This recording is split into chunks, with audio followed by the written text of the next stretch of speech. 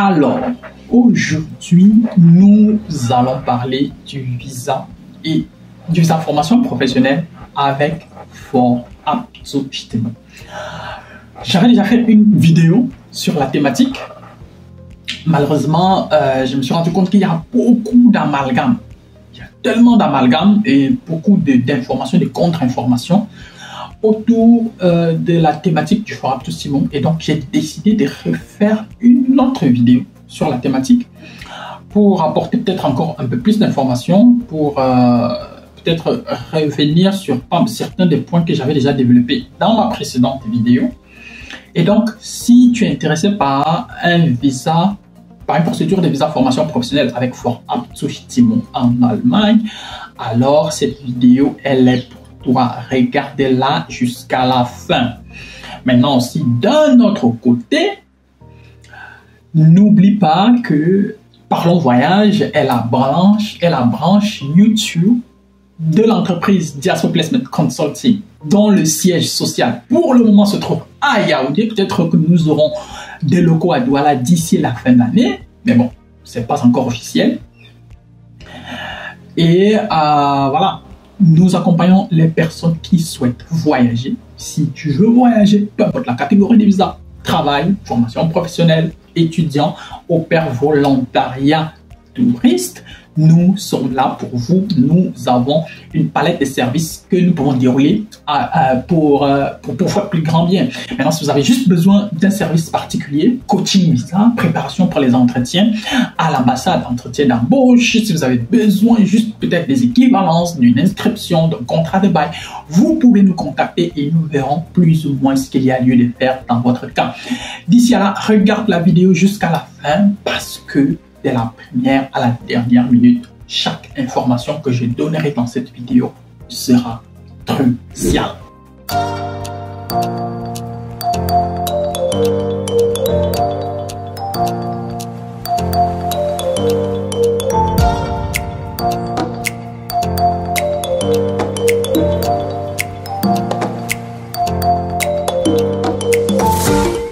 Alors, première question, c'est quoi le Fort Absolument? Un instant.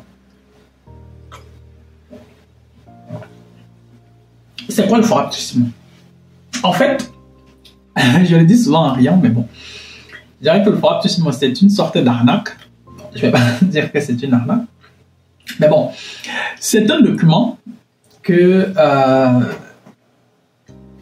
les Allemands te signent une fois que tu as le contrat de travail ou le contrat de formation professionnelle.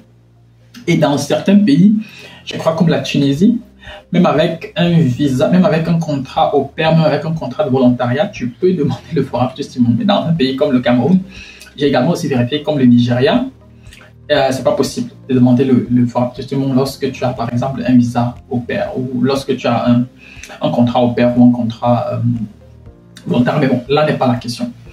Donc en fait, c'est un document que l'administration allemande va te signer.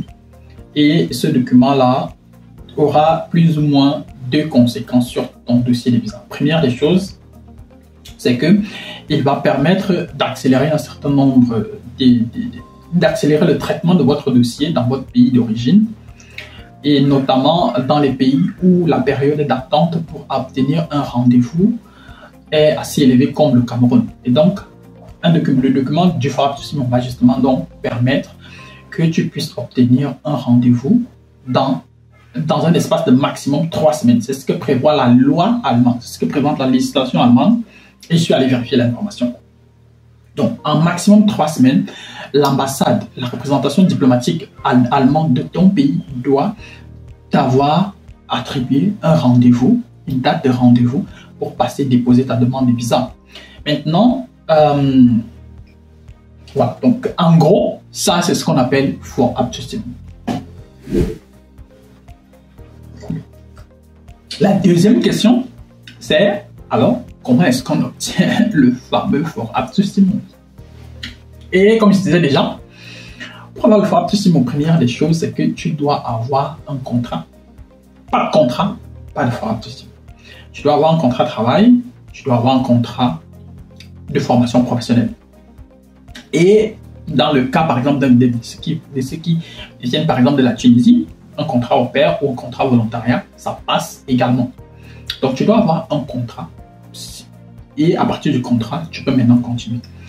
À partir du moment où tu as le contrat, tu demandes. On peut maintenant demander, la demande de foire peut être introduite. Et la question maintenant, ce serait qui a le droit donc de l'introduire? Toi, le candidat qui est dans ton pays d'origine, tu n'as pas le droit d'introduire cette demande.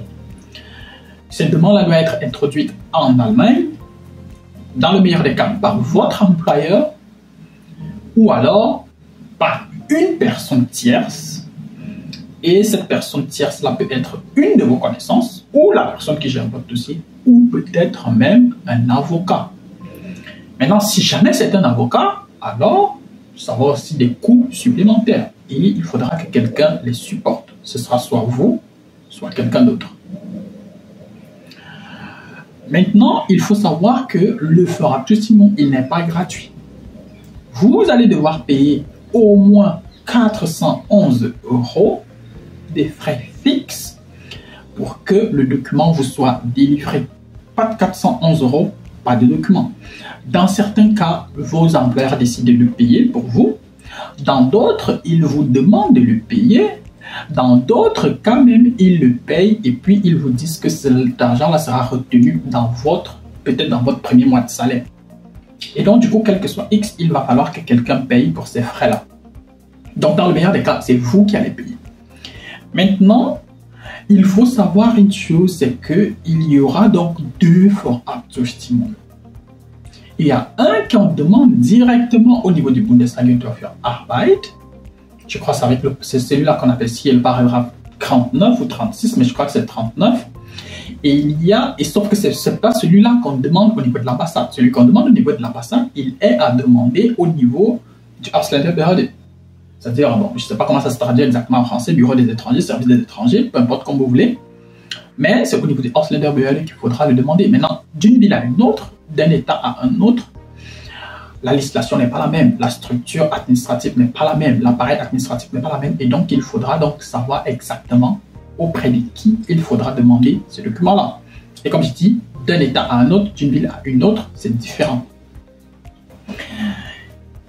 Voilà. Donc, en tout cas, j'espère que je suis plus... Parce que j'essaie vraiment d'y aller pas à pas dans cette vidéo pour que les uns et les autres comprennent. Parce qu'il y a tout un tas d'amalgames, il y a tout un tas de questions qui reviennent. Et puis, je me suis dit, bon, il vaudrait mieux peut-être que je m'asseye, que je fasse une vidéo sur la thématique. Et puis, cette vidéo-là, elle pourra certainement répondre à pas mal de questions.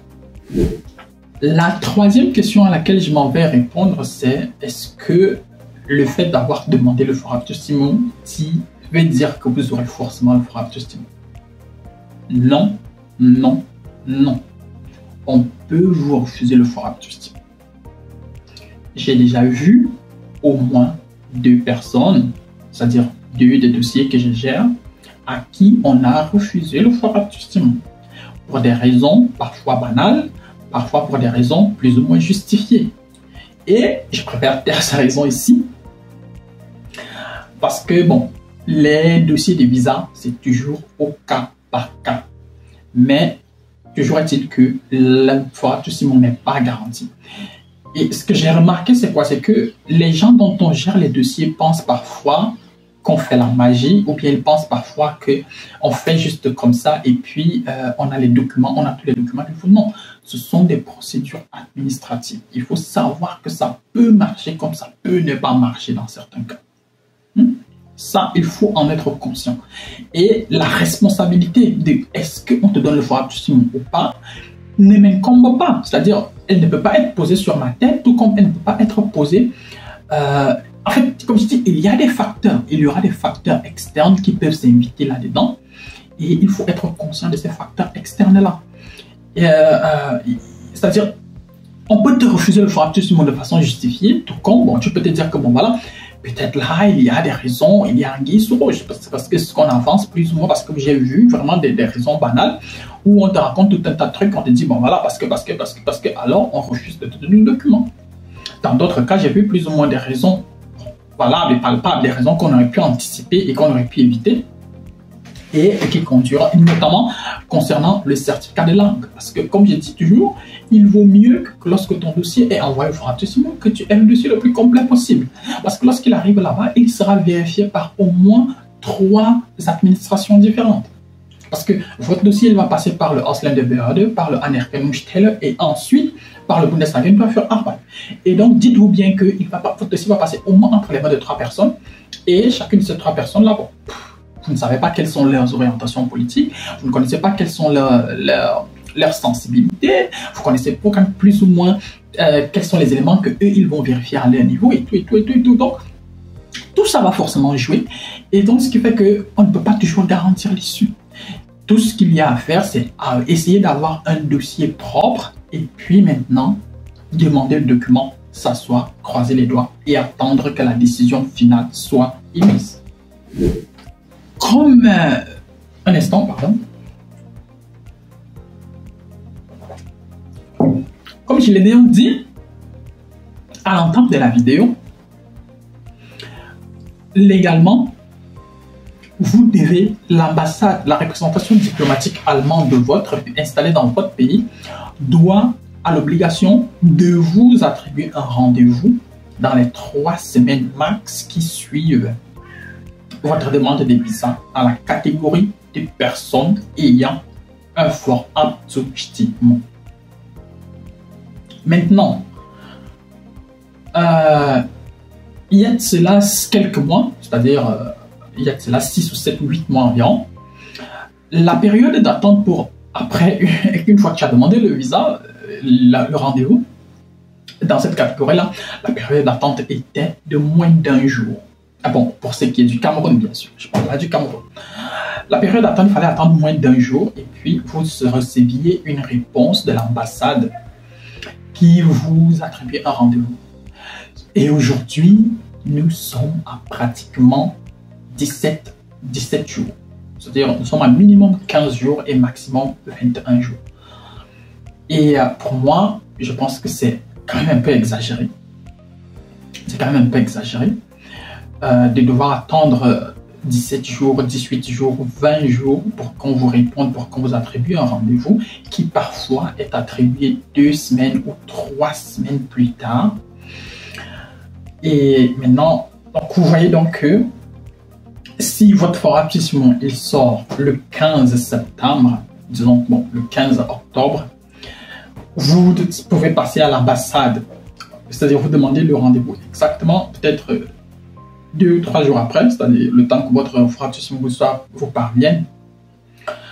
Vous demandez le rendez-vous, vous passez à l'ambassade et puis bon, vous demandez d'abord le rendez-vous.